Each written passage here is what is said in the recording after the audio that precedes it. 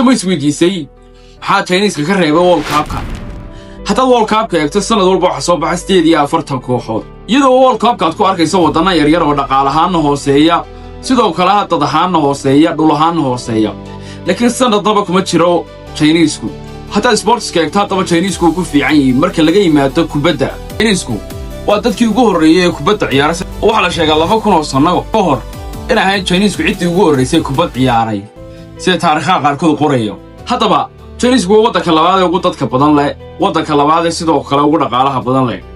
laakiin kubadda marnaba laguma arko siyaasadda ayaa sababtay oo markii uu Chinese-ku boqortooyadii ay dhacday waxay Chinese-ku isku laayeen dagaal ehliya iyagoo u kala baxay Chinese-ka aad maanta taqaanay weyn iyo Taiwan u kala baxay haddaba kubadda World Cup wuxuu aqoonsaday Taiwan isagoo u aqoonsaday China Taipei arrinka xisbigii shuuciga ahaa ee muu jeclaysan waxaana arrinka qaadaceen kubadda iyagoo 20 sano Chinese-ku ka maqnaa kubadda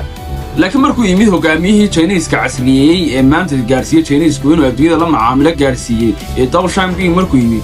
ayuu furfur badan ayuu sameeyay isagoo markaana soo celiyay inuu kubadda caalamka la macaamili karo hal mar ayuu haddaba Chinese-ku soo gaaray World Cup-ka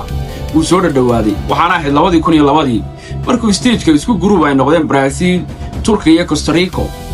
iyo Chinese-ka laakiin Chinese-ku taacib baa ka raacdo isagoo hal gool dhalin ayaa saddexdii kooxoodba ka badiyeen sidii baanu ku haray qofta labaad loo aaneeyay waxa weeyaan inuu Chinese-ku sidiisaba awood saaro waxbarashada iyo waxyaalaha kale laakiin aanu kubadda awood saarin laakiin waxaan la iloobi karin inuu hadda dadaal badan ku jiro